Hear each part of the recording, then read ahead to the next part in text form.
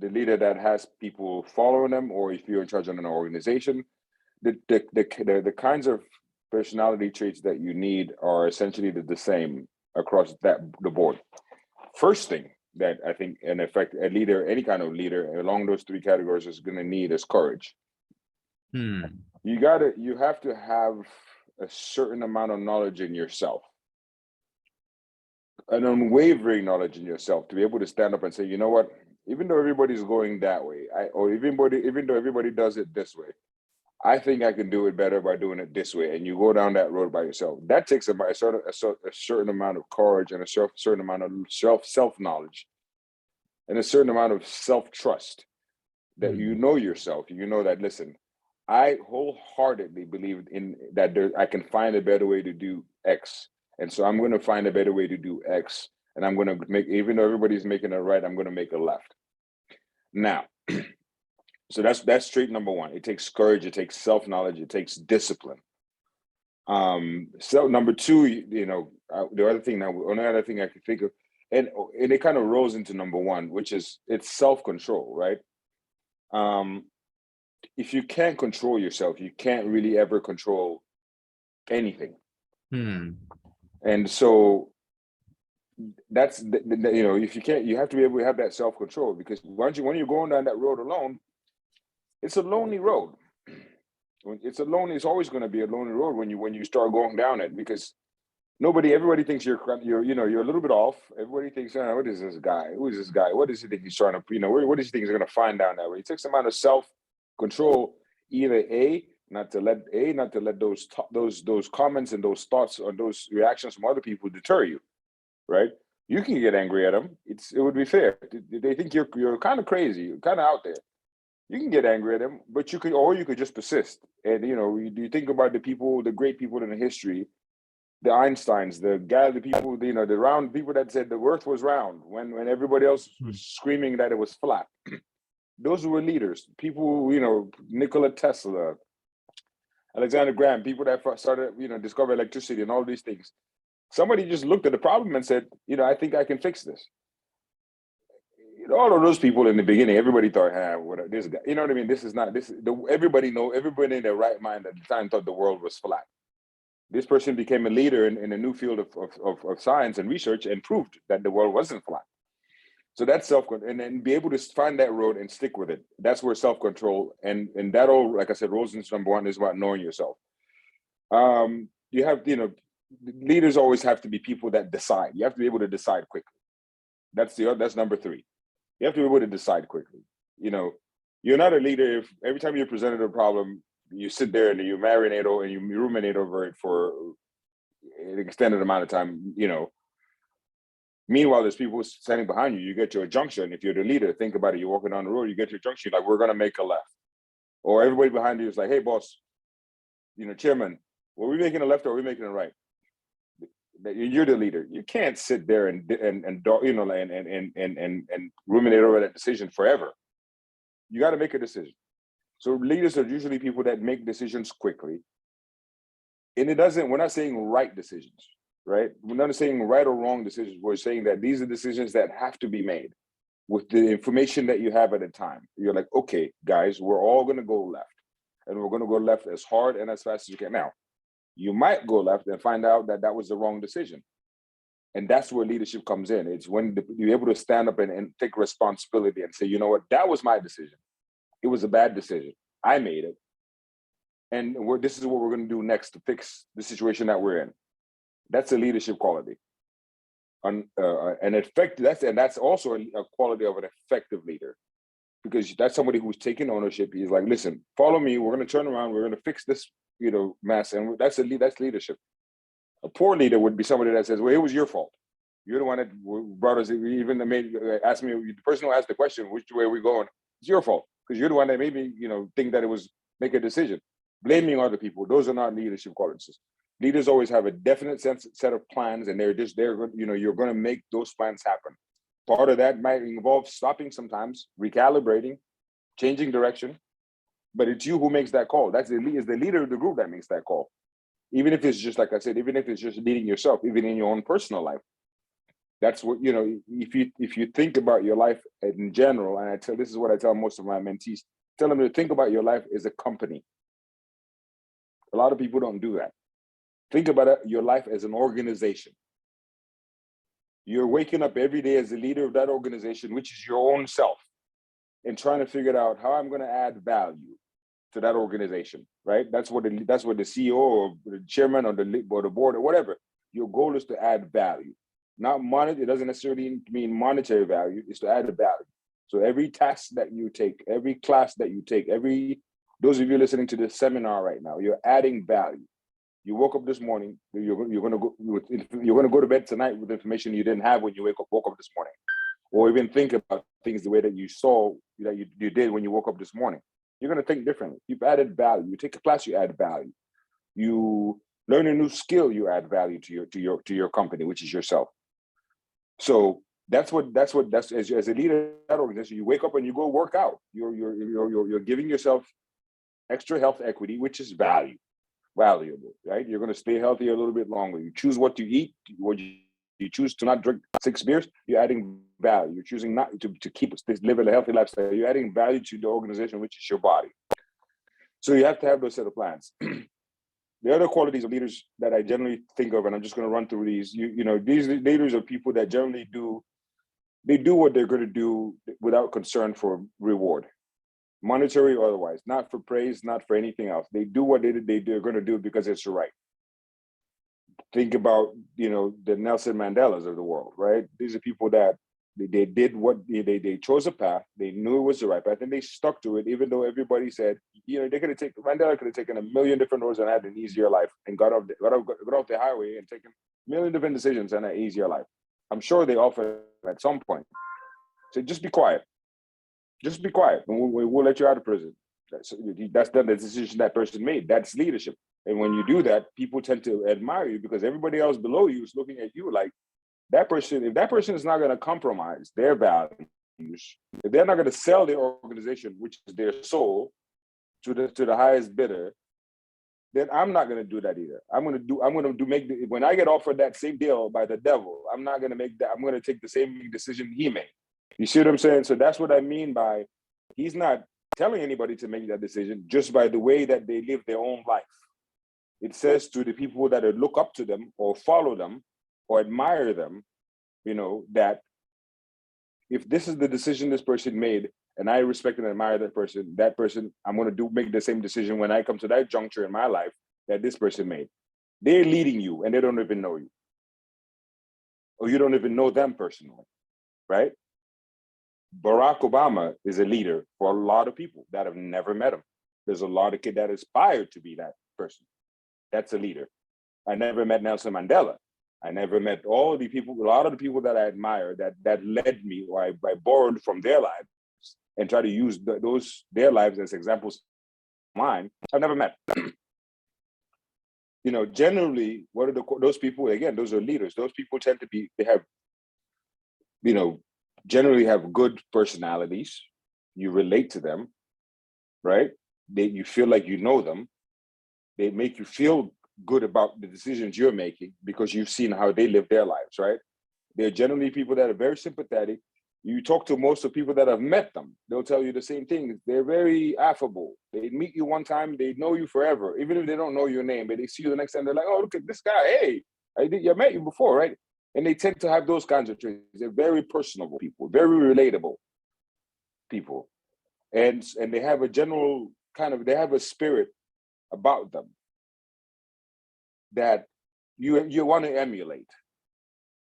It makes you want to emulate them, right? You think of most of your heroes and all the era of hero movies. It's traits that you want to emulate. The people that, when everything else is burning around them, when everything else is going sour around them, people that stand up in the middle of that fire and say, you know what? And everybody's like, who's going to put out the fire? And somebody stands up and puts their hands up and says, I'm going to put out the fire.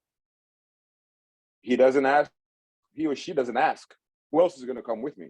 They just grab the fire hose and start mowing.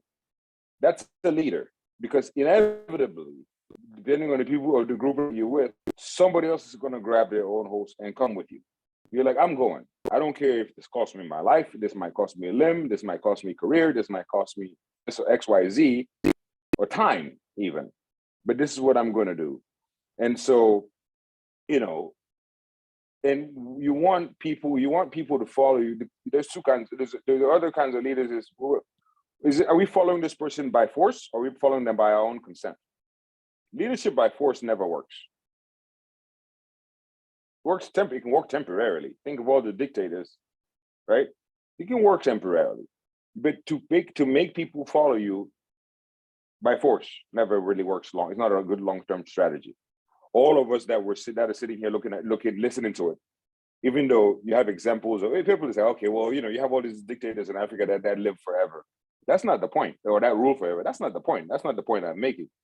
The point I'm making is that are the people that, even though they're able to maintain that position of leadership, are the people that below you, do they feel like they're following you because they admire you, or are they following you because they have to? So, and that's the thing.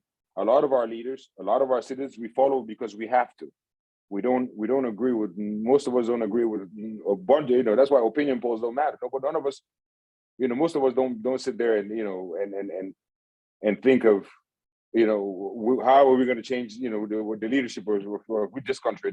These people don't want to leave. These all octogenarians, they don't want to retire. We're following them because we know that there's a better way of doing things. We and most citizens know that this is not how a country is supposed to work, right? We know this is not how a city is supposed to be run. This is not how a municipality is supposed to be run. Trash is not getting picked up. We have a mayor, that's our leader. But we know that this is not, we just don't complain because we either feel like if we do it, nothing is going to change. So we're following not by our consent. We know that these people are ineffective, but we're, you know, most of us just decide at some point, you know what, it's too much trouble. I'm just going to be quiet and just try to do the best that I can. And because our leaders have none of these traits that we're talking about. They're not personable people. You don't see them on the street and they walk up to you and shake your hand and be happy to see you or want to greet one of their constituents because they're technically working for you. You know what I mean? You don't admire their personalities. We don't see them as leaders. Nobody. I don't want to start naming names, but we don't see them as leaders. We don't see them as decision makers. If they do make decisions, they might be firm decision makers, but they're poor decision makers. Just because you make a decision firmly and with, you know, it doesn't mean that, you know, you could be an idiot. So those are again, and not to stray away from what we're talking about, but again, effective leaders are usually, to summarize, they have genuinely nice personalities, pleasing people to be around. You want to sit and talk to them. They have courage. They stood up and went down and decided, you know, I'm going to go down this road, and I'm going to go down this road. I'm going to see where it ends, even if it kills me. They're very compassionate people. They take responsibility. They're not in the habit of blaming others. They can be very understanding. They're people that when they have a plan, and they usually have a plan for most things. Or by the time they have plans for plans, right? They have plans for plans, and they have plans for plans for plans. They've already, by the time they even set down a road, they've already thought, if this XYZ doesn't work, I'm going to try ABC. If that doesn't work, I'm going to try DEF. I'm going to go down, and they're going to go down that road until they find a solution. And so those are the things that I think, you know what I mean?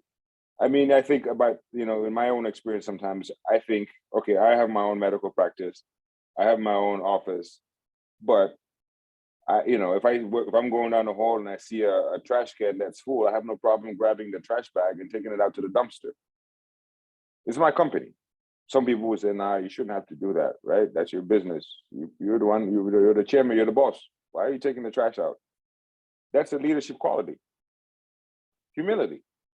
I'm not going to ask you to do anything that I can't. I'm not going to do that. I can't do. I'm not going to ask you to do any task that I feel like is beneath me.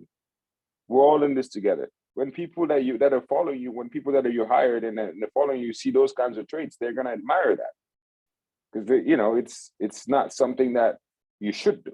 It's not something that you know. It's not even something that you should do as the owner of your own practice. Nobody takes the trash out, but it's something that you can do. And when you're a leader, you do it. Not because you're doing it, not because you're trying to show off that, oh, I'm a normal guy. Now that's not the attitude. It just says, whatever everybody is doing to keep my office open and keep my office running smoothly, I will do the same. Whatever it takes. Whatever it takes. Washing the toilets, that's the task that I need to do to keep my office running smoothly. If while my people that are somebody that's beneath me is accomplishing another task that I can't do, then they say, oh, well, I'm like, could you do this? And I'm like, I don't know how to do that. They're like, just computer design this, change the logo and make it, do this graphic design or make this flyer. I know I'm not good tech savvy. I'm going to sit at the computer and stare at that for 20 minutes. But while you're doing that, I'll try to out.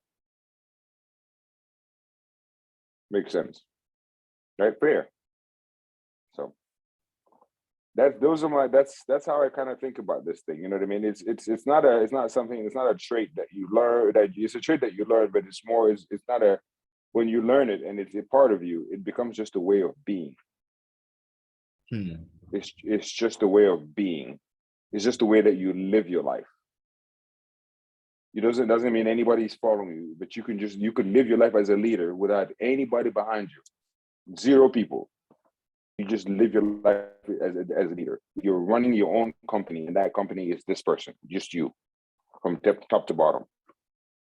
I'm going to be a leader by deciding how I eat. I'm a leader by deciding how much alcohol I put in this body. I'm a leader by deciding I'm not going to smoke. I'm creating value in my organization because I know that, okay, I want this company as my body to be here for 90 years. In order for it to be here for 90 years, I have to do X, Y, Z. What is X, Y, Z? Not too much alcohol, eat moderately and healthily, no smoking, blah, blah, blah. We all know where we need to keep this organization running. You're not going to inspire nobody from the hospital bed when you had a stroke and you still can. But you know what I mean? It's not a way of being an effective leader. You would be more effective if you were out living and being. With me walking around in Atlanta, Georgia with a white coat on, a medical doctor's coat on, is leadership. There's kids, of all colors and shades that are looking at me and going, that person looks just like me.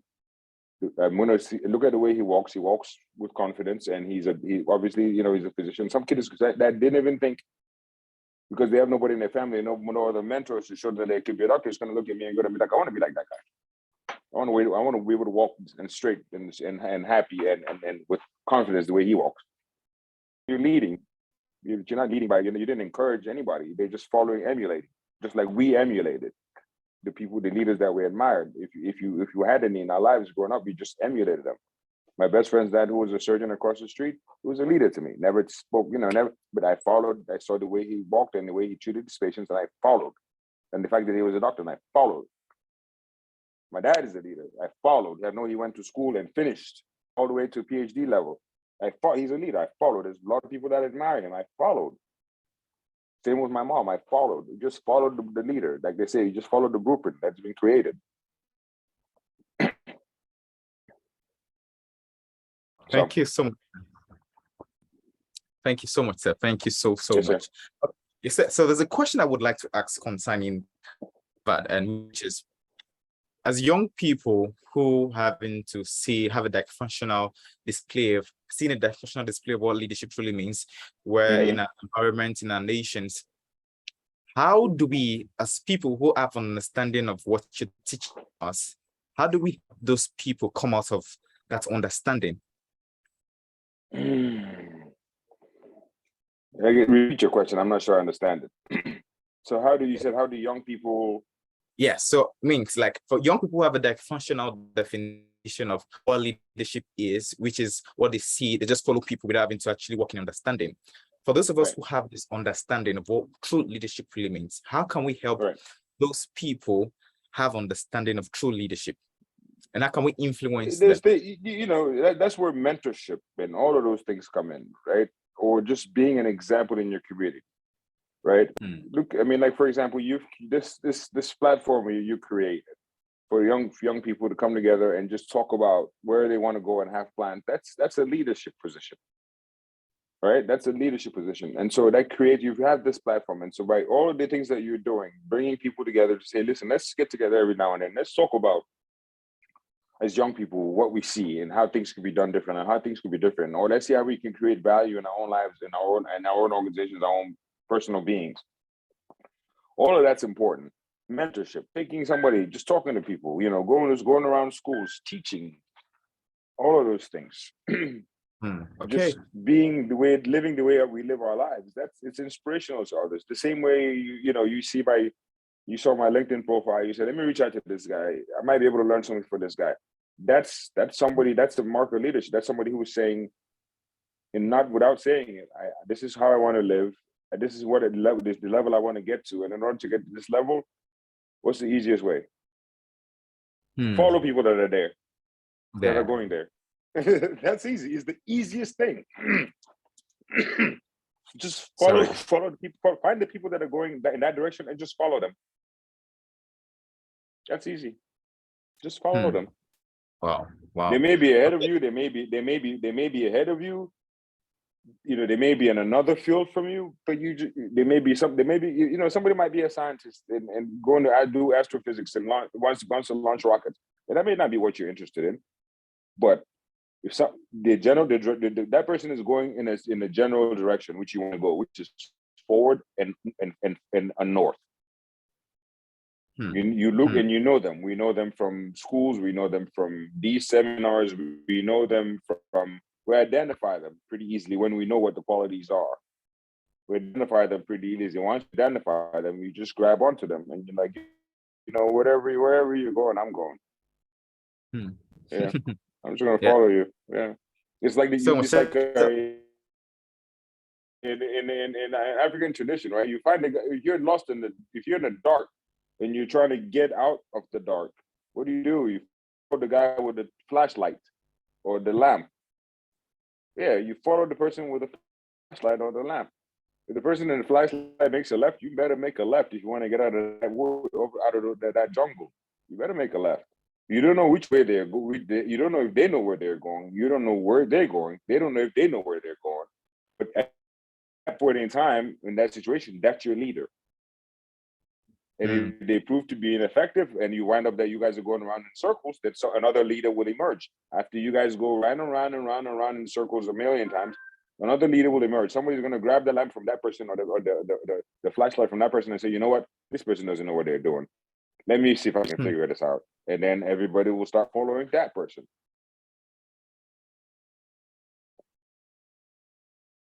Thank you so much, sir. Yeah. Okay, so the other question is this. You are from the medical sector, and one of the reasons we're having this conference is to actually help people in different areas, different sectors. And what would you say is the true essence of leadership in your sector? So what should young people develop? What hats should develop for wherever they have? Should they, for an example, is this. I tried to apply for something.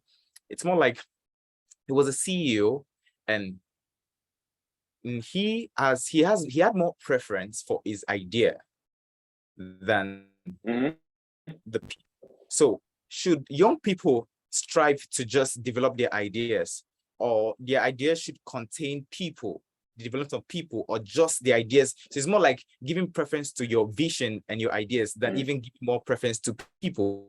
So should people be important when it comes to leadership, or should it just be all about the visions we have, the ideas we want to actually? Both are important. Both are important.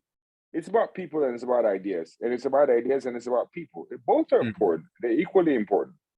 You know what I mean? A good idea in a bad person's mind. Wow.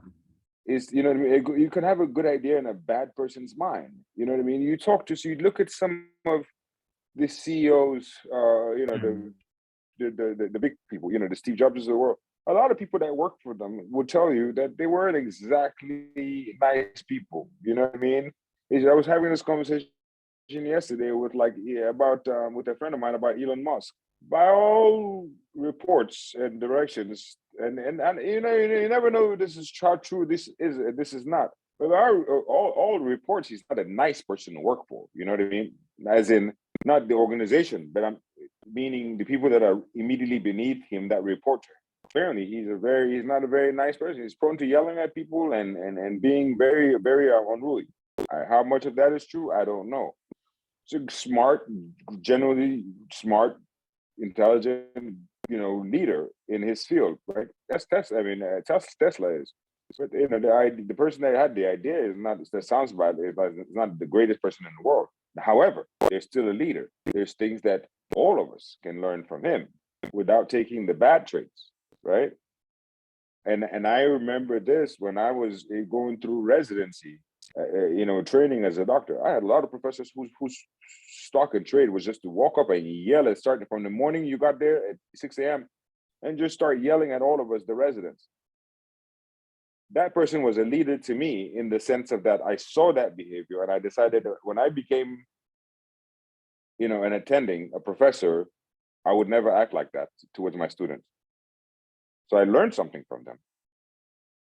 So they're a leader in that sense. They're either maybe it may have been the chairman of the department.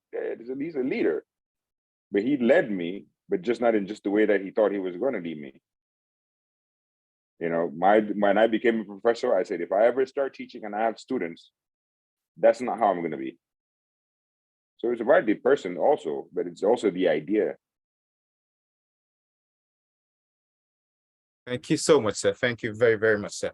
So the other question we would like to ask is, in Africa, and this conference for Africans and West African people, in Africa right now, we are challenged with so much problems with leadership and all that.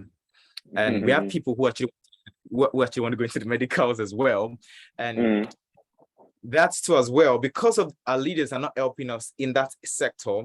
So we're lacking behind. So young people do not have the ability to actually want to actually make the medical sector better.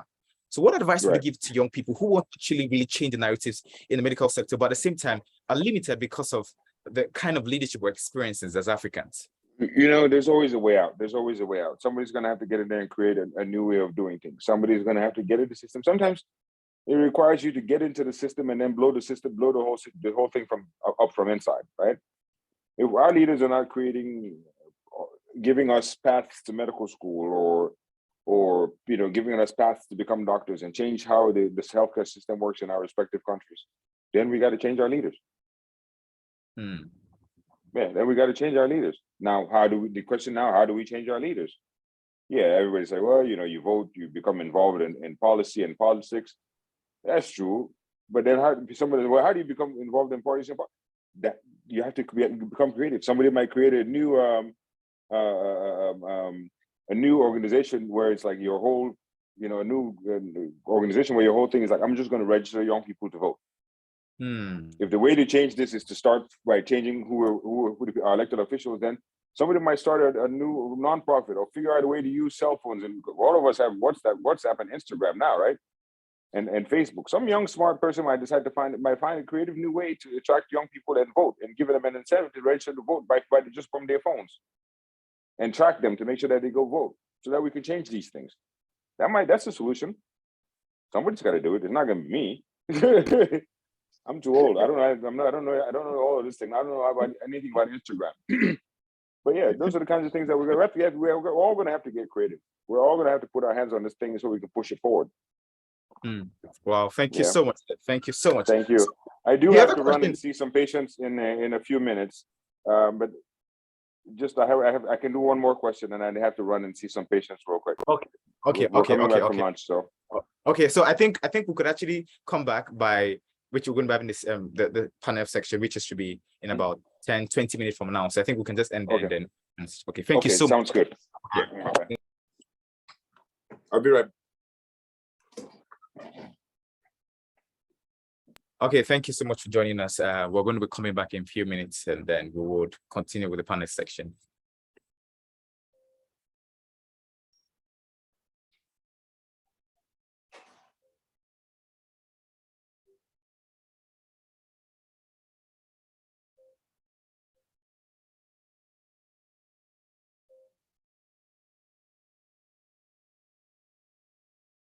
Okay, thank you for joining us. So we're going to on a short break, and we're going to be back in about 10-15 minutes, and then we will come back again. We're going to be having a panel section, and then we're going to come back. Okay, so thanks for joining us. Doctor will be joining us soon. Doctor will be joining us soon, so please hold on, we join later and then we're going to continue. Thank you so much for joining again.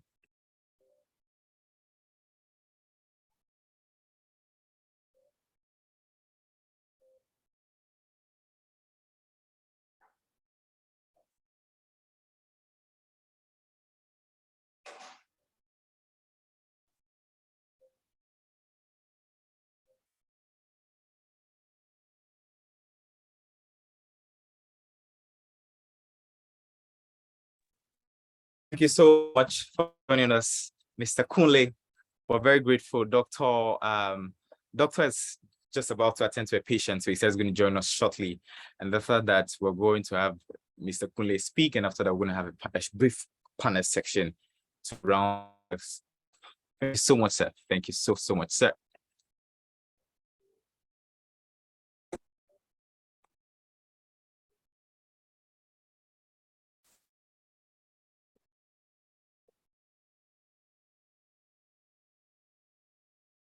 Okay.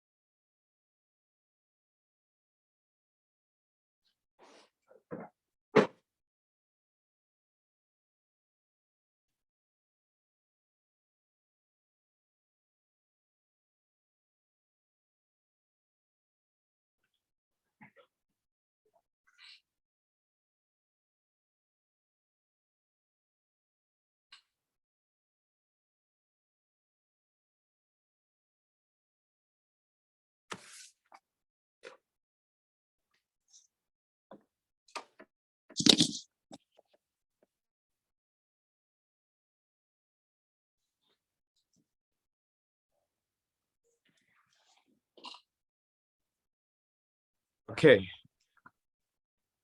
Thank you so much, sir. So we have Mr. Kunle joining us now. And so we're going to allow Mr. Kunle. Okay. Thank you very much, Doctor, for joining us. Thank you so much. Mr. Kunle just joined us, and we're going to have a panel section. Before we have a panel section, we'll have Mr. Kunle speak, and then we would begin. Okay, I will probably sign off for a little bit, and then I'll come back for the panel session. Okay, sir. Okay, sir. Thank you very much, sir. Okay, welcome back. Thank you, Mr. Kunle. Okay, Mr. Kunle, the floor is yours, sir. You're welcome.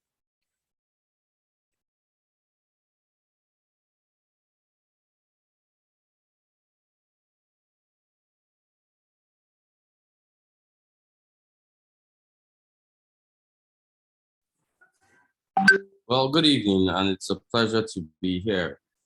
I love the topic today, people-oriented leadership, and I'm coming from a perspective which is political.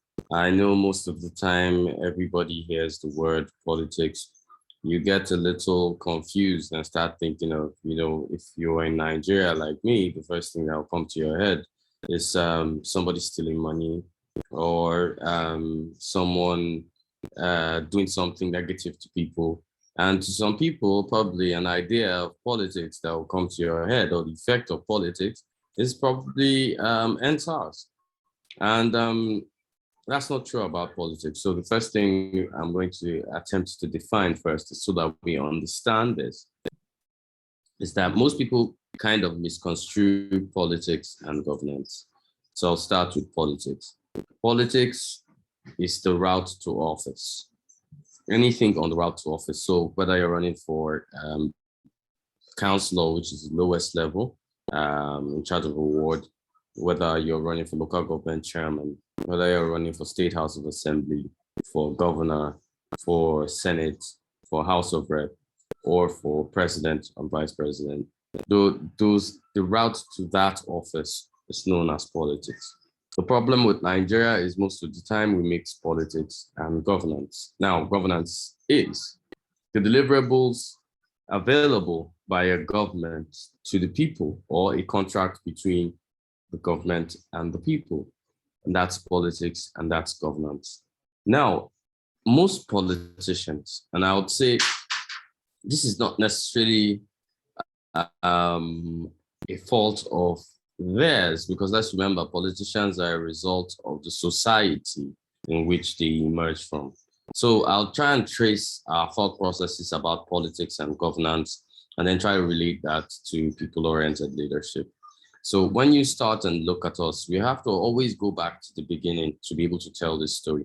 So when you go back, you're going to find out that Africans generally are used to having kings and kingdoms.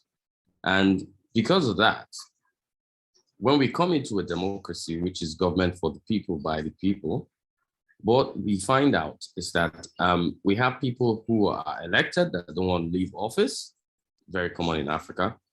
People that are in office and feel it is a birthright, or they rule over people. You don't rule, you lead. There's a difference. Now, ruling is what kings and co do, a monarchy does. They rule your will and thought process is not their business. But democracy, which is founded on the basis of representation, allows for the people who you lead to engage you directly because you represent them. Now, in a monarchy, what happens is that you represent the nation or the kingdom, not the people. You are a symbol of the nation or kingdom, not the people. Now, in politics, you are a symbol of the people, not the nation. And this is where we kind of mix things up. So in Africa, you wouldn't blame anybody who's even just made the admin of a WhatsApp group, and all of a sudden he's walking around like his shoulders are buga or something. You know, I was trying to keep this as interesting. You know, most people try to think that politics is boring. I'll try to make it not feel so. So you have this situation where most people try to raise their shoulders when it comes to politics. And this is because I think it's the way we are as a people, and looking at how we came up and how where we're headed to is that exactly is how we are. So if you want to have people-oriented leadership in politics, there are a few things I think you must consider. The first will be the term leadership. Our own definition of leadership is being put on top of a lot of people. Meanwhile, the real definition of leadership could be found in the definition of the word servitude. And servitude is just another name for leadership. So leadership is being a servant to the people you represent. Until we're able to get to this definition, governance in Africa or Nigeria will not be as it's supposed to be. It will always be a figment of monarchy or of a dictatorial position, which is not what it's supposed to be. Another thing is being able to hold leaders accountable. Now, we love to hold our leaders accountable. I'll say something that I've never seen who has a comment, and I've traveled a bit, but I've never seen who has comments on government up to Nigerians. But now here's the key thing. The difference between having a comment in Nigeria and having a comment elsewhere is that you must first be informed. So it's not like you can't have an opinion, but when your opinion is not informed, you are just, for lack of a better word, making beer parlor conversations. And you see this go on the social media, even when asked to interact with the senator. Senator, you're bad. Why is senator bad? Guy doesn't know why. And you know why he doesn't know why? Because he doesn't even know what a senator does. Therein lies the problem. So he just knows the senator is bad. And why? Because the senator doesn't pick his call. I've had the opportunity of being in a town hall in Lagos, and a House of Assembly member was there, and people were cheering him.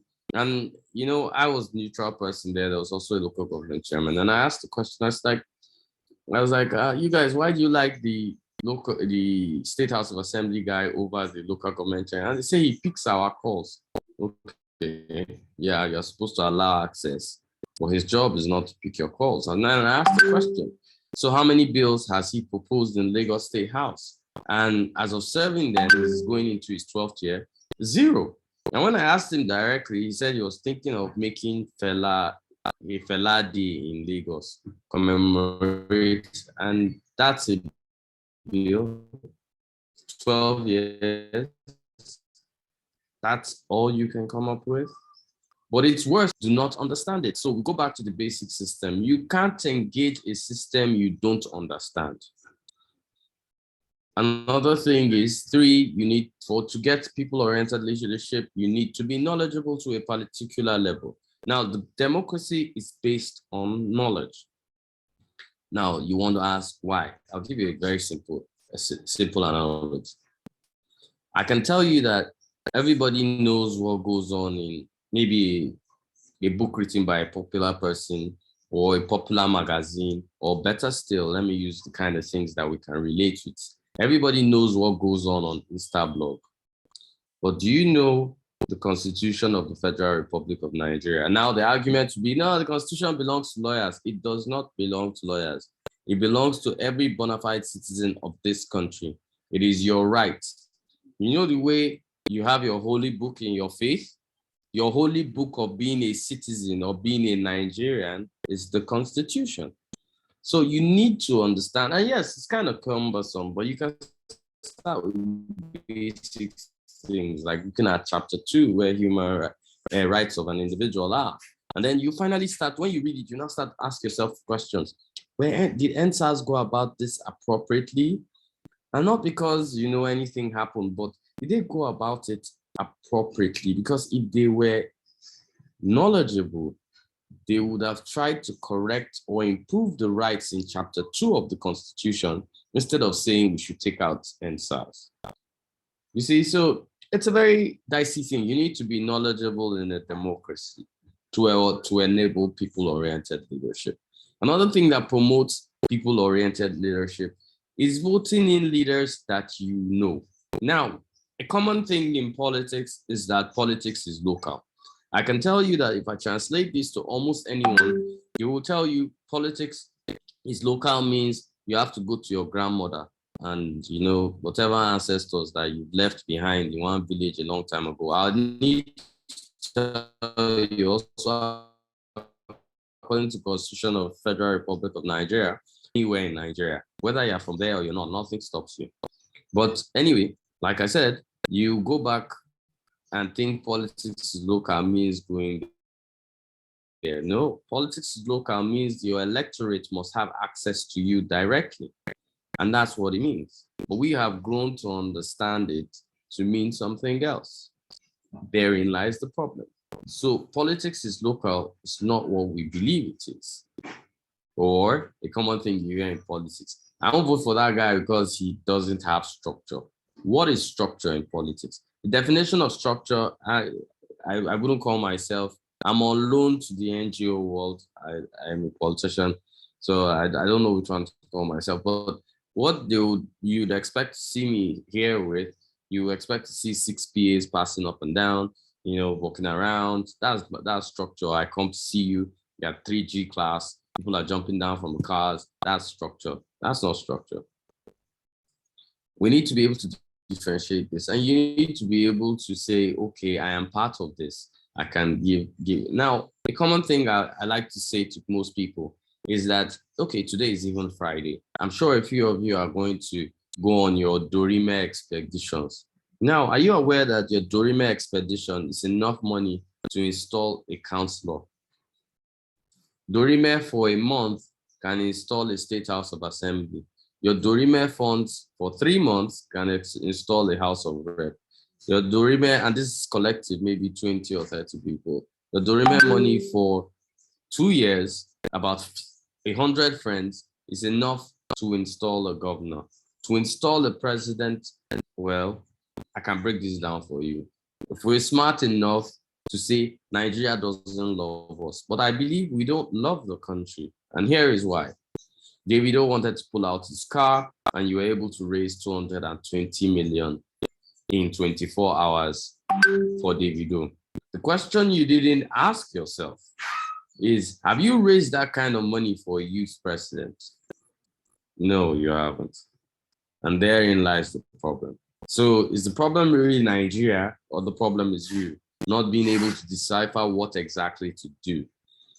You see, if you raise that kind of money for the right presidential candidate that is young, you will never have to raise that money again. We want good governance, but we only want it through passing shortcuts. We assume a messiah will come and we could just start one drive and it will work. It wouldn't work. So till the people learn to love a country, I sign everything. I'm sure Miracle knows this. I sign everything with for love of God and country. And that's how I sign every document. I don't write yours sincerely. I think I've worked too hard to be able to earn the right to write anything at the end of that. So I sign everything with for the love of God and country. I can tell you that if we're in a terminal and you feel because my name is Kule, you decide to speak Yoruba to me, I'll tell you, sad to say, I can't speak Yoruba. No offense, I was born and raised in the North, and I'm part Northern, part Southern. I'm conversant with Northern languages, which I grew up with, and I don't see any reason. I understand Yoruba to a particular extent, but I don't see any reason. And, so to have people-oriented leadership, we also must be able to see leadership from qualities. And this Yoruba point brings me to a key point. Outside our faith or religious tribal divisions, I know people that won't vote for somebody because he's Yoruba. I know people that won't vote for somebody because he's Igbo. I know some people that won't vote for somebody because in Nigeria, there are 250 ethnic groups. What gives your tribe the right to say it is your turn? Nothing. I've always been against federal character.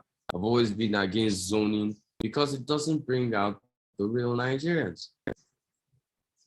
The problem in Nigeria is not that we haven't had a president. The problem is that we've not had a Nigerian president. I'm not saying any Jibril from Sudan is anywhere. What I'm saying is that though we've had presidents, they have struggled more for their own nepotic divisions than they have for the country at large. We haven't had a Nigerian president where everybody is in. The problem in Nigeria is every tribe is marginalized. I remember some time ago, I live in Lagos now, which is a total culture shock for me. So I live in Lagos now. I've been here a few months. And, we're having a conversation and people are saying, North takes power, North takes power. And I realized that's a common conversation in the South. And I was like, no, all you just have is House of President. And I was like, who sold you that idea? I said, can I tell you something? Do you know that since Tafawa Balewa as Prime Minister, there hasn't been anybody Hausa in leadership? What you've had is Fulani people, actually. And I told them, I said, you assume the whole North is Hausa. There are more than 55 ethnic groups in Kaduna State alone.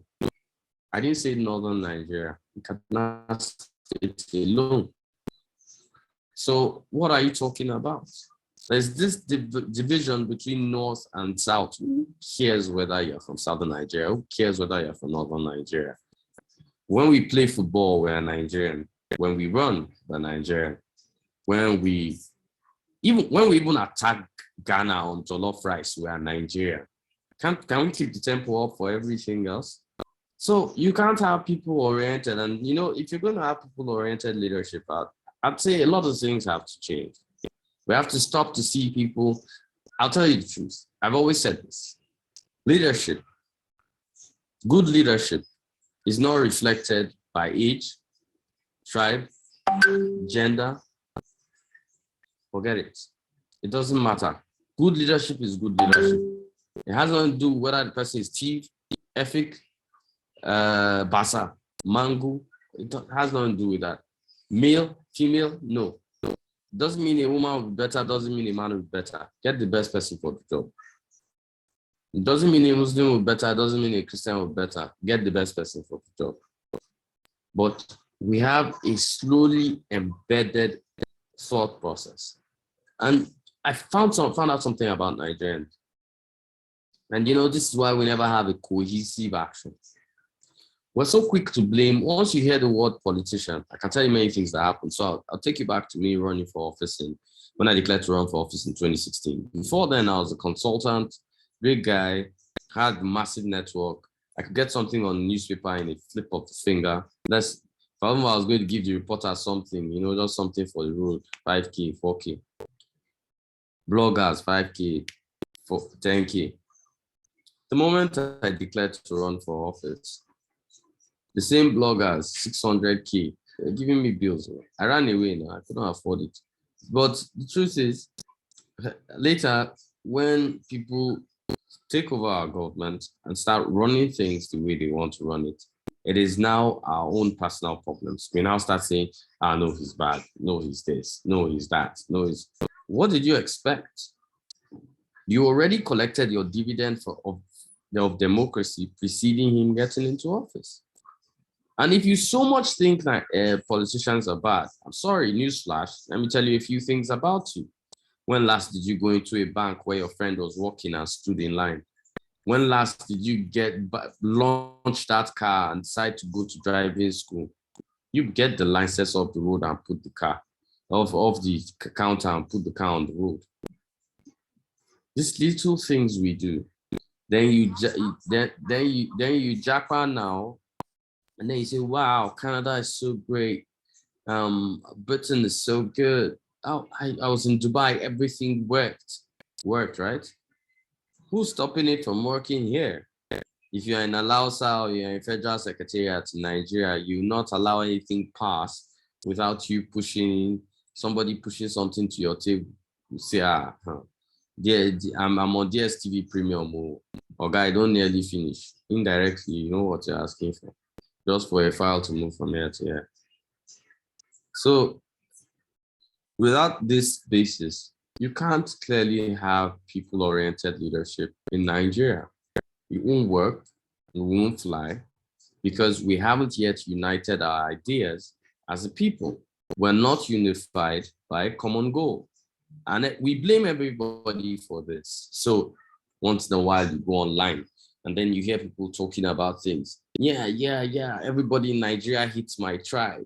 Since the Civil War, our tribe has been, I have to hit everybody because everybody hates. Come, you were not born during the Civil War. Why are you carrying a fight that two military men under 35 decided to just be childish about, which both of them fully regret and have made full statements about it? But no. You don't want a peaceful country. You just want to argue. And you get into arguments over things you don't even understand. Your understanding of history is poor.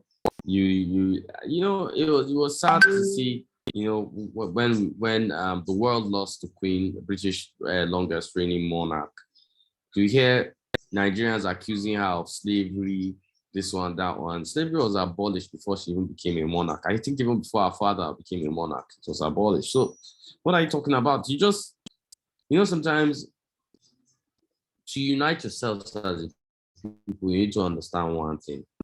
We all don't know everything, and that's the truth. We all learn every day. That's also true. We need to understand something that's key. I think what stops this generation from bonding together, which is my generation, is the fact that we think we have free opinion. Yes, opinions are free, but they are only limited to where those opinions do not infringe on someone else's freedoms. And we don't get that. Go to Twitter, you want to say anything, you want to say, you want to talk to anybody, and you call it being savage. Please, the only popular savage me I know is Tiwa Savage. I'm sorry, you are not important. And you get engaged people that have resumes that are longer than a lot of things. So, what you get to see on media, one of the things that I think affects even our thought process with leadership is our poor understanding of respect for people generally. Now, if we say, so our second generation, we talk to anybody, can't tell anybody anything, fine. Nobody's stopping you from talking.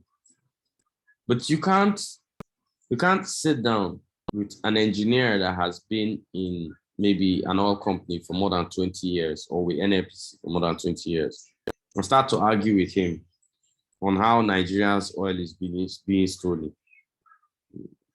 Well, what gives you the right? Reminds me of someone that started a conversation with me talking about Arsenal. And, my friend too was on that conversation, and my friend was like, I just checked his profile. I had to tell him that by the time he was born, I had 15 Arsenal jerseys. I'm not as old as my friend, but you get such. It's not an age thing, but when you don't understand something, it's always best to seek higher knowledge. There's a lot. I don't feel there should be a difference between the young and the old. The old have a lot to give to this country. They can pass and exchange information.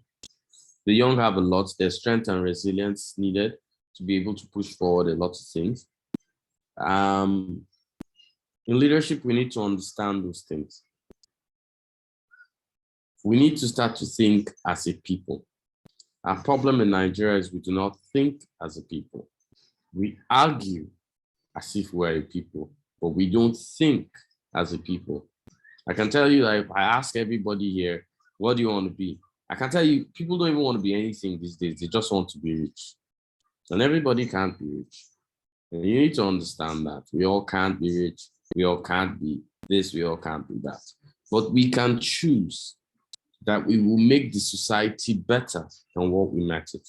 And that's a personal choice. And that's the last line I'll leave for that. Thank you very much. Thank you very much for having me. Thank you. Thank you so much, Mr. Coley. Thank you so much. We're very, very, very grateful. So we're not going to ask the question we're supposed to ask you. So we're just going to actually start the panel section right now. So this is how it goes. We ask a question to both of our speakers, and then they give their opinion about the topic. And we want to know how Dr. is from the USA. Well, he's an African from Cameroon. So, and Mr. Kole is in Nigeria and is from Nigeria. So the question goes like this. The team is people-oriented leadership.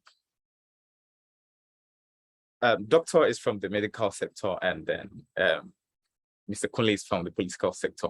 So we want to know the speaker's opinion about what leadership means from the area, and what should it be centered on. So from the medical sector, what should medical personnel should really be bothered about when they're in hospital or whenever they're taking care of people, and what should those who want to go to the political sector, what should they be thinking about, and how can we work together with both sectors? So we're going to have Mr. Doctor speak to us first, and then Mr. Kole.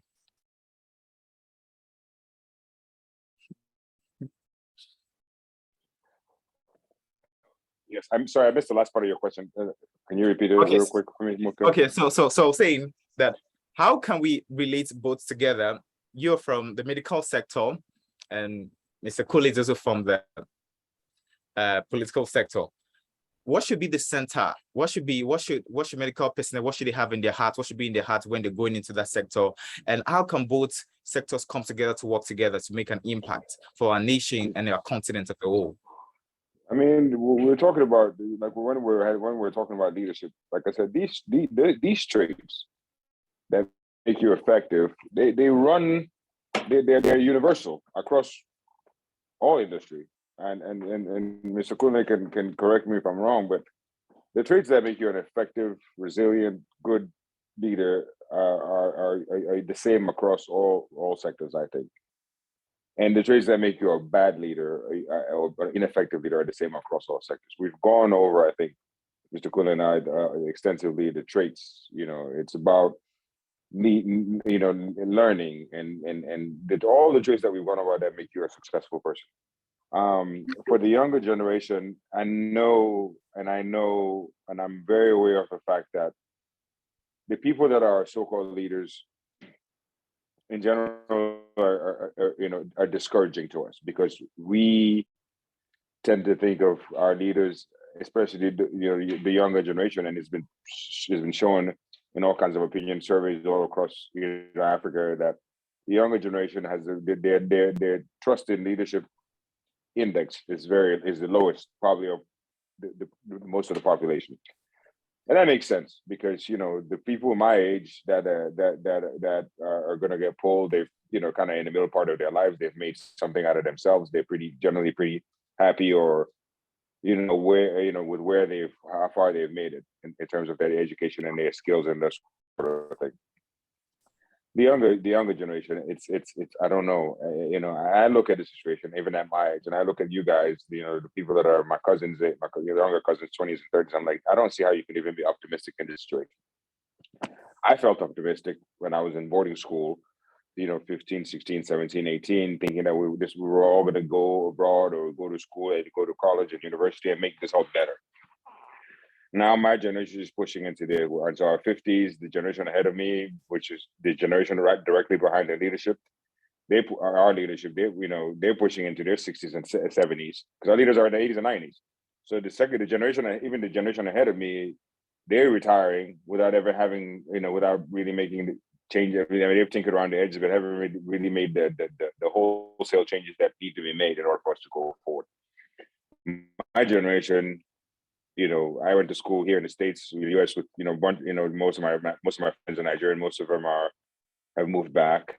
Most to try to again, taking the knowledge and all the things that they've acquired from here and try to see if they can, change things from within, moving back home. Which actually, I think most of my Nigerian friends that I was in college have moved back home. So are the Cameroonians and Ghanaians and so on and so forth. People moving back, trying to affect change from within.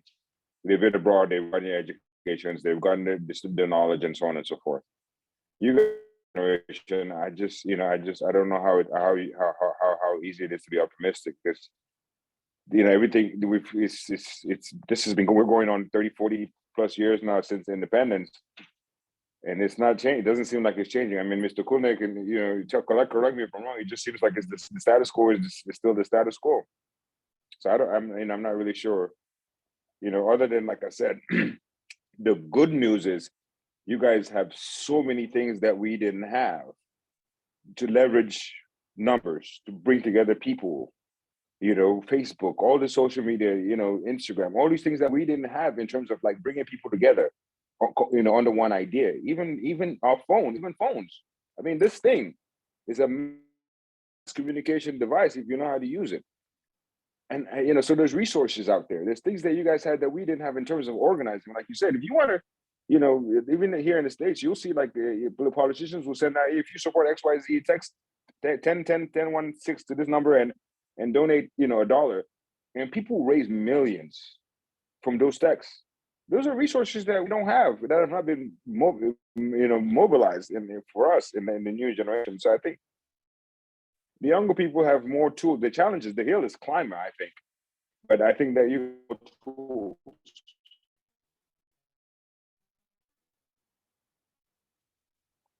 Hello?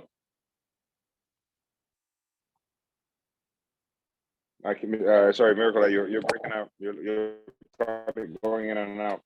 Okay, I can hear you. So I don't know. Oh, okay, there we go. Yeah. So Mr. Cooley. Yeah, Mr. Cooley, yeah, he's the one. He's the one. That's his space. Yeah, exactly. So Mr. Cooley. I think Doctor did something very good, and he was clear about it. Leadership in the medical or political sector are the same. They're basically the same. The application might be different, but the general characteristics are the same. So first, you must be able to listen. You must be accessible. You must be able to understand that you're still learning always. I think you must even be able to discern, and you must be empathic. But looking at your generation, my own generation is in the 40s, heading to the 50s. Doctor said something very, very key. You have things we don't have. I remember if I want to read a book, I had to go to the library. You guys have these things on your fingertips. And no offense, but I think I can still call more rivers in Africa than most people younger than me. I still can flow across countries. I can recognize flags. And I don't know why that happens. I don't know. I try to ask myself, has having too much information at your tips made you a little slower than we were? Because that's a big question I need to ask for you guys, because the guys that have actually taken advantage of the information that's available to them have become totally superheroes. And if your generation would just key into that, I'm telling you, you retire my generation at age 40, 45. But you guys haven't keyed into that. We still play experience advantage thing. We understand that if we take you away from your phones and co, you can't really function. So I think for me, if anyone is going to understand, I would say if you want to understand leadership, it's not hard. Take 4 men in history, any 4 men you want, from Africa, Europe, their mistakes are always the same. It hasn't changed. You know, for a lot of the world that has changed, a lot still stay the same. So the same way Putin acted, the same way Mussolini and Hitler thought about it, which you go back is the same way Napoleon thought about it. If you go back, you still find out it's the same mistake Alexander the Great made. Do you understand? Still same mistakes, same actions. Attila the Hun too was, it's almost the same basis. So if you go through your history, it will be able to calibrate you for the future. And I think that's what is missing with your generation. If you just took your time, looked at everybody, looked at the mistakes, you know, the early dictators of Africa have keyed in, which, you know, I'll say, you know, leadership in Africa is like a baton. It's a relay race. They hand over to someone else, but they're all wearing the same dress. So we haven't seen anything really different.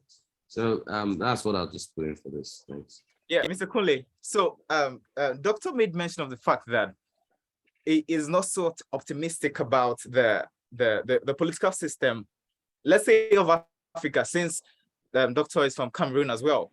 What would you say about it? Do you think, is there a way you could actually convince him to make him believe that there is hope in the political system being changed in Africa or in West Africa as a whole?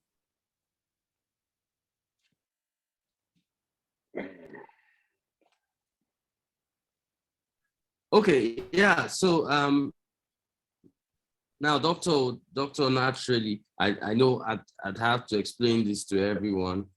So I'm not the average African politician in quotes.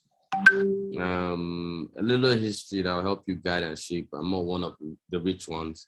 I was born to 2 lecturers in a quiet town called Zaria. And I got tired of the way things were, and I put myself into the game. I still think I'm one of the average people to have crowdfunded. I think I'm one of the average people to have crowdfunded quite a lot of money for my campaign. During my time, my race for office in 2019, I was able to propose 49 bills in one campaign year. That's higher than any African legislator in history. I've done quite a lot of work. And the beautiful part was all this was done before I was 40. So there are a few of us trying to fight for this country. Now, today I head the Electoral College Nigeria, which is not like the Electoral College America. His name is just, but what we do is political literacy. And we've trained over 9,000 Nigerians in politics for free. And we have radio programs, TV programs, massive extension on a lot of things we do.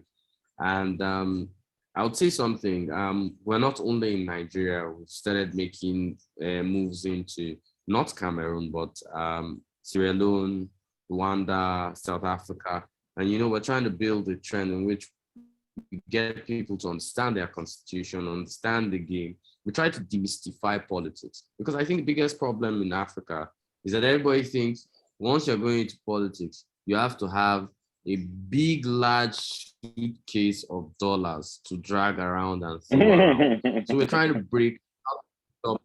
I know that it's a common offense. So we're trying to bring people into understanding that this isn't what is. And even when you're faced with that, how to beat up, how to work around the game. One of the key things you mentioned was crowdfunding, how people raise funds. And, we're teaching people to be able to do that, making it easy, trying to show them it's easy and not as hard as we make it seem. I would say the people before us have destroyed Africa for about 70 years. In the 3 years of working with the Electoral College, I've only been able to train 9,000. Out of that 9,000, wow. I naturally say we've only converted mentally, maybe about 500. The rest are still, but it's quite a lot of work. And I would say I've dedicated my life to this, and I'll keep doing more. I've spoken at quite a whole number of events. I'll keep doing a lot of things. I'll say there are some Africans that really want to show Africa should be on the map. And a few of us have dedicated our lives to exactly that. I mean, that's a great point. That's a great point.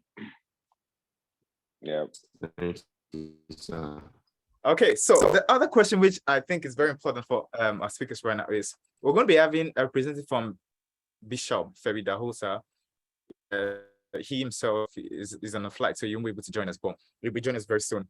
And the other question, which I think I would want to pass to our speakers, is we're all leading from our various areas, and one of the reasons we're having this conference is to help young people. It's like we're facing a big problem in Africa, and sometimes even for myself, sometimes I think about it and I feel like, is there really hope for it? Right now, we are having young people watching this thing, and some are also watching.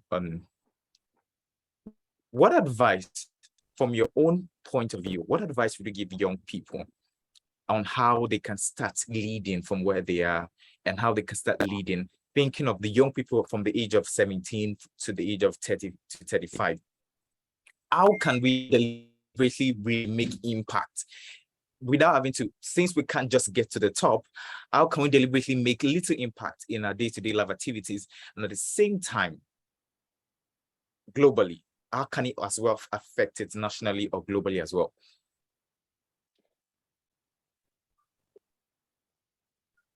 I mean, you guys have, can you hear me?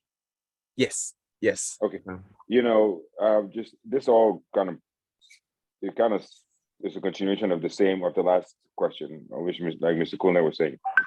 You guys have tremendous amount of opportunities. I mean, Reese, like I said, this device that you guys are carrying, that everybody has in their hand now, is called a phone.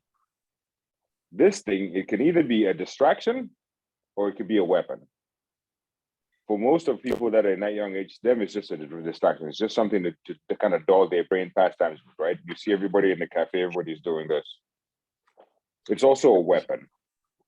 The key, like you said, the question is how do you mobilize? The simple answer is you get involved. We have these things that we put as roadblocks. You get involved, right? We start with where you are. If you're on a university campus, you run for the student government president. or something in the student government, or some organization on campus. It could be the students that are trying to go to when I was in college, it was international students because we were all from Nigeria or from Africa. Most of my friends got all my African friends to mobilize, became the first African president of the International Student Association, right? Everybody's before that was South America, Europe, and so on and so forth. You get involved. Then, so you start at the bottom. Then there's local, when you finish university and you've done all of that, then you even if you go, then you start with your local community. There's local community leaders. Everybody's going to think the same thing because our culture is very patriarchal and age kind of related. What is this small boy thing? This one, what has he been drinking? Community leadership, you start from there. There's so much that you can do on the ground level, right? There's so much you can do. There's no running water in the neighborhood. Start a campaign. There's change.org. There's text messages. There's send them, just get the local councilman's number or office number. Call and send a message to all the young people in that neighborhood and everybody in the neighborhood. Call this guy. Just flood his phone line, as in he can't conduct no more business until he's addressed this problem. Call him and invite him to a town hall. We have to make them accountable. These people work for us. And then you start and then be involved. People run. Find out what your constitution is, what the age limit is for these positions. Some of them, some countries have presidents or senators have different age limits in different places.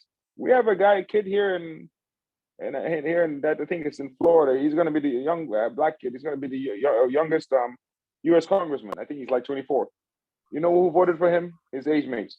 This same technology that he used. They mobilized everybody, raised the money through that, instead of chasing these big banks to give you big donations, which now you owe them a favor.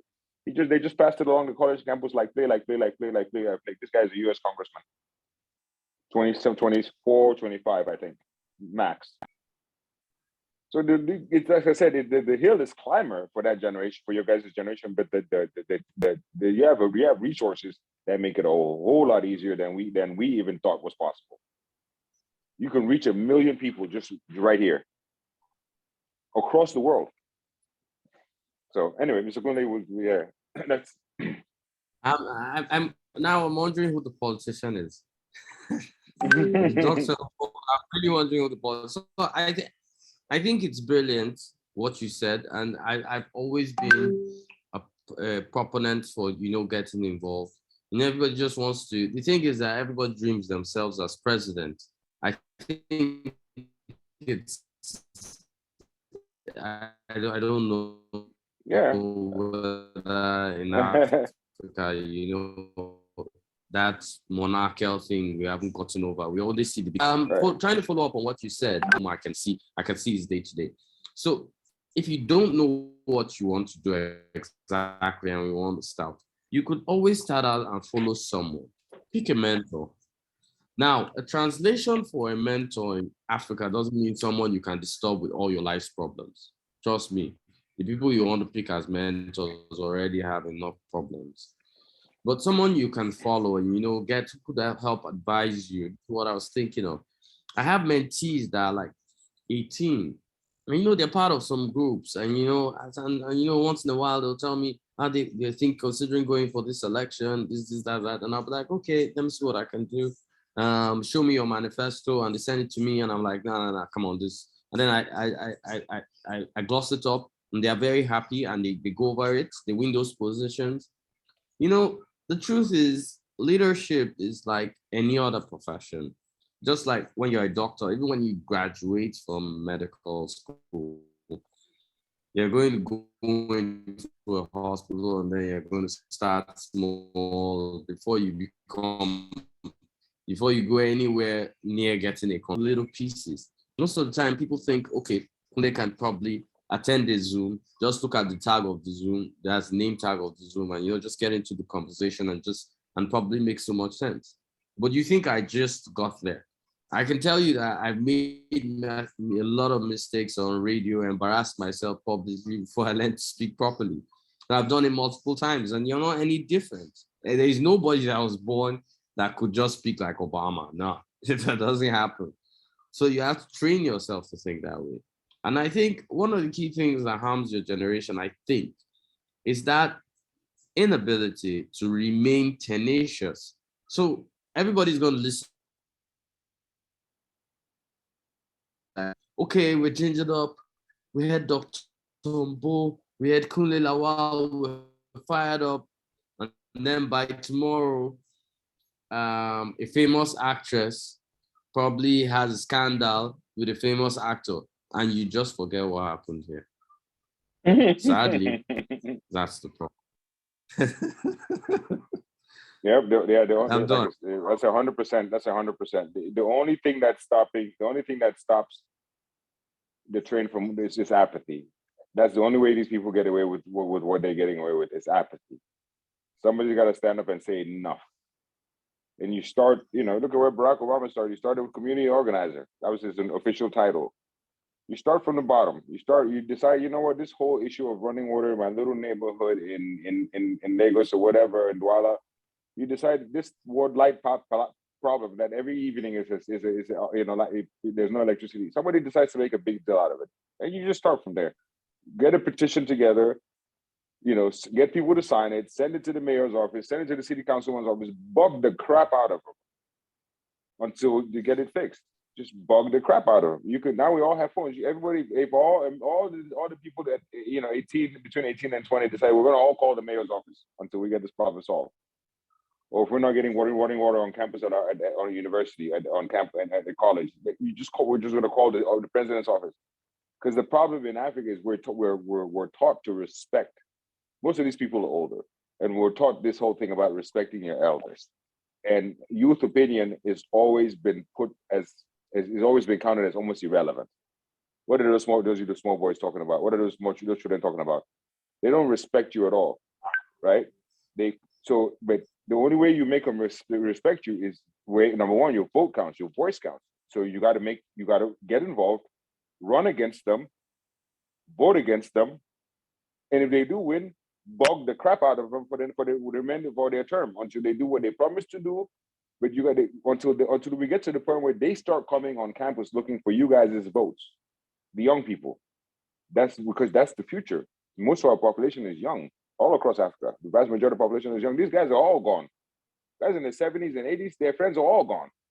Their college mates are all gone. You guys are the majority. You just got to, you're just not screaming loud enough because everybody's playing with their phones. Scream. Make noise. Yeah. Okay, so Bishop's representative is here, which is Reverend Tari. Thank you so much for joining. Thank you so much here. Thank you. Okay, so there's an area in Africa which I feel we are religious by nature, and somehow I studied religious studies in the University of Lagos, and somehow we are religious by nature. So it affects our daily lives, and somehow some of my lecturers say it is affecting the system of leadership in Africa, even in Africa and even in Nigeria. So Dr. Reverend Tari is here, and one to actually ask, how can we balance our participation in politics and as religious beings and a participation in the medical sector? How do we balance it in such a way that even though we are being religious, we are also not leaving our responsibilities to God or leaving our responsibilities to, okay, God is going to do it. How do we balance, just like the morning section when we ask the question? How do we balance it? And also to Mr. Kunle as well too, and Doctor, they also want to hear your view about it and also share their views. Okay, thank you very much. I mean, this is an age-long question. The church and the state. How do we separate the church from the state? As if the church has a different market, the church has a different economy, as if the church has a different utility boards and all of that. You see, you cannot separate the people. The church is about people. And if we begin to see that the church is a group of people, not a building, then we realize that you cannot separate the church from the politics of the day. It's very important, because if a leader comes in and decides that he wants to make decisions, I mean, he comes in and we have people in the House of Assembly, they make laws that are not suitable for the church has to abide by those rules, by those laws. The church has to be law abiding. So if we stay away and wait for the decisions to be made for us, and then we come in and complain, we will not be doing ourselves any favor. So there is no separation, as it were. The church, for me, is a platform that people can exploit, especially young people. You can use that as a platform to engage. Use the church as a platform to build networks, to build political groups. Now, interestingly, even though I'm a pastor, I have a political group, a political association that I started, Team 10,000. Now in River State. Now we have all of these people. We have more than 14,000 young people registered. All of them, the qualification to be a part of that team is you must have a PVC. So if you don't have a PVC, you can't register. So we have over 14,000 people registered on that platform. Now, these are people who are registered members of this association. Now, think about those who are who can be influenced by us. So imagine, and in River State, all of these people I'm talking about, we have a spread. We have our members in every local government in River State. That means we have a voice. Now, how did I put this together? I used the platform of the church. A few people in church, we sat together and we talked together and said, we can't sit back and just watch things being done. We must have a voice. We must have a say. What do? Let's put a team together, because politics is the game of numbers.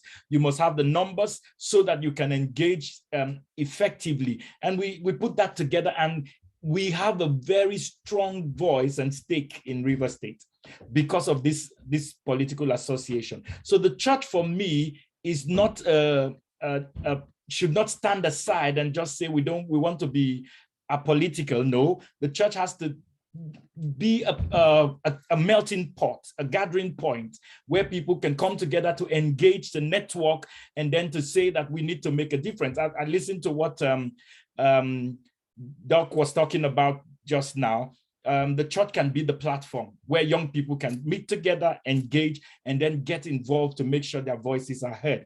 Especially the failure of government, especially in Nigeria, has put a burden on religious organizations, because we provide school fees for indigent students, we provide loans, we provide hospitals, we provide water. Where my church is, we have water supply for the community. We provide light for the community. We provide. So the failure of government has become the responsibility of the church. And in fact, people are now even feeling entitled, because you hear people say that, oh, why is the church not doing more? Why is the church not taking responsibility for things in the society? So people are not even entitled. So the burden is on the church. So if the church and and now when I say church, please, I'm using that's where that's my constituency. So I also mean the mosque. I also mean every religious organizations.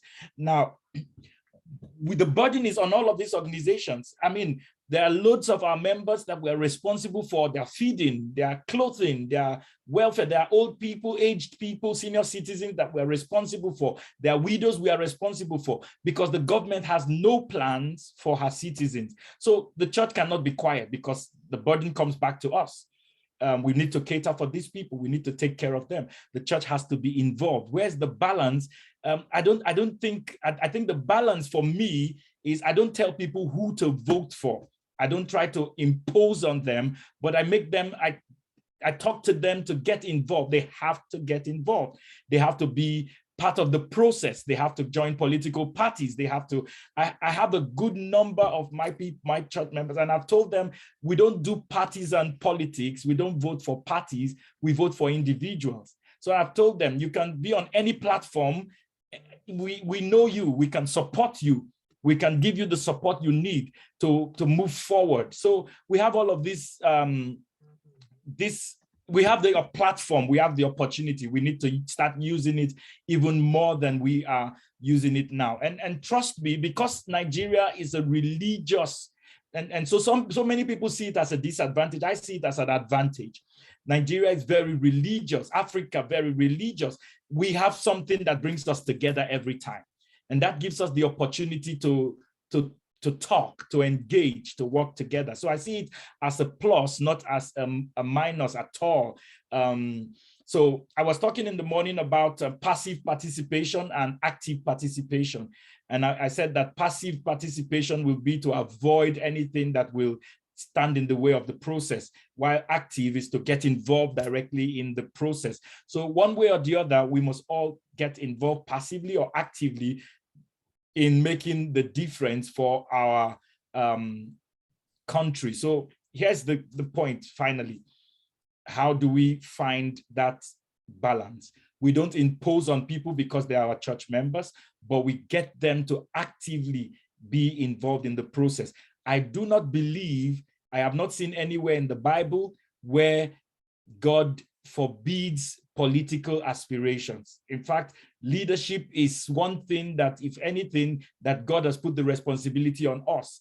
We must be involved in leadership. We must be involved in the process of selecting leadership, and we must be involved in the leadership process. So I think we have to be there. We cannot stay back. We cannot stand aside and say we are apolitical. That will not count anymore.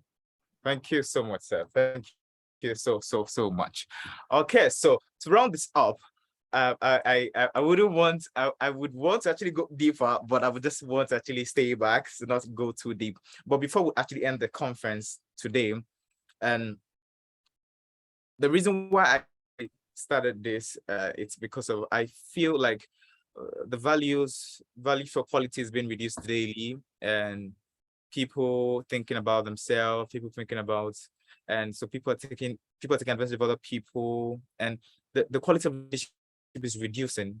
So we want to have meetings with leaders globally to actually keep having conversation and meetings to actually help sustain leadership.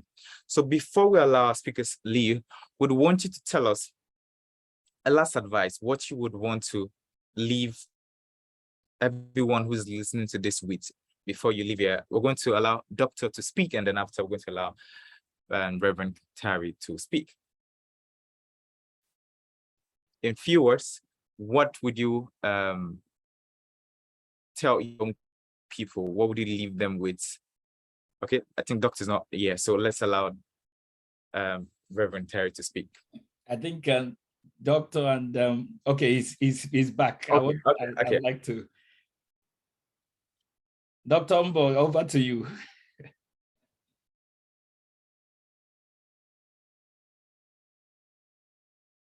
I think you need to. Here we go. Is that better? Yeah. Okay. Yeah. All right. So the same thing I said before, just get involved. Get involved. Find your sector, whatever your lane is, and blaze that trail. Just get involved. It could be medicine, it could be the clergy, there's all kinds of ways of making a difference. There's this old saying that it's very simple. It says, nothing changes if nothing changes. True. It's simple. Nothing changes if nothing changes. That's right?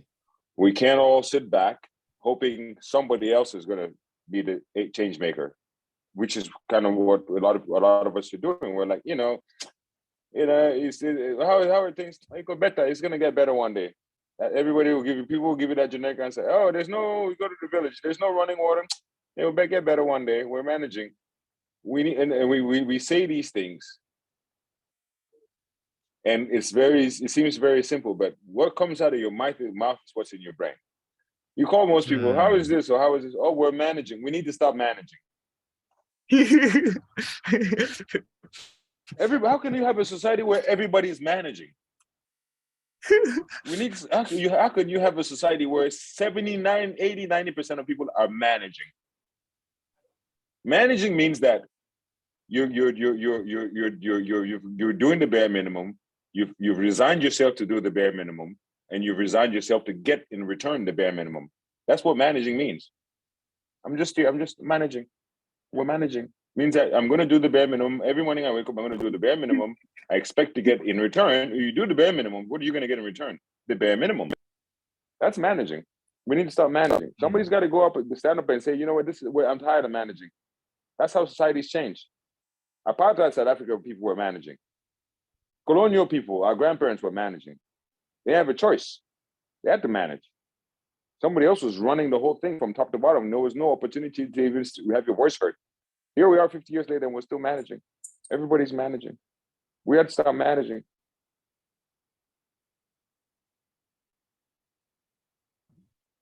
That's all I got. That's all I got. Reverend Terry, thank you so much. Thank you so much, Doctor. Yeah. Okay. All right. Thank you. Thank you so much, Doc, for that. Yeah, we have to make, but there's a mass movement all over the world now. Young people are speaking up. Young people are demanding that things should be done differently. Young people want to be recognized. They want to have a voice. They want to be part of it. My final words will be, don't just watch these movements, be part of it.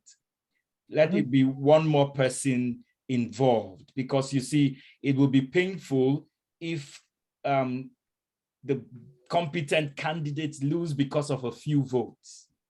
I mean, just because of a few votes. You see, if people are going to rig elections, they won't do so. They won't be able to rig elections where there's a mass support for a candidate. It can't be done. The margins have to be closed. The margins have to be very close before they can manipulate these things. If it's clear and obvious, they will not be able to do anything about it. So don't be spectators. That's I just add to contribute to what the doctor has said. Don't be spectators. Get involved. There's no religious barriers. There's nothing stopping you. Let's all get involved and see how things can get better. Because I just have a feeling, and this is not God speaking, this is me just having a feeling like Nigeria has one more chance to get it right. If we don't get it right in 2023, it's going to be tough. It's going to be tough. A lot of people I know are saying that if we don't get it right in 2023, they are gone for good. They're leaving the country for good. Yeah, that's what's happening. And this is the same sentiment around West Africa. People are demanding for change. People want to see things done differently. And we have the opportunity. So I want to ask everyone, whatever your bias, whatever your belief, jump on board, get involved, and let your voice be heard, let your votes count. Let's make a difference so that our society can get better. Thank you very much. Thank you so much. I want to say a very big thank you. And I would want us to put on the comment section for our viewers right now and those online, just say thank you to our speakers. It's a great privilege to have them here. I do not take it for granted, especially with Doc, with the fact that it's very busy, and especially with the fact that Reverend was actually very busy and they had to get him on board. I want to say a very big thank you. And for everyone who's joined us right now, thank you so, so much. And personally for me, I would also want to say that to everyone who's watching, I don't want us to actually go in vain with these things. I want us to apply these things and make sure we had impact on other people's life as well. So let's say thank you before we let our speakers leave. Please just put thank you on the comments. Thank you very much. Thank you. Exactly. Thank you, Sas. Thank you so much, Doc. And thank you so much. Thank you. Thank you. Thank you, Miracle. So Bye-bye. bye, everyone. Thank you so much.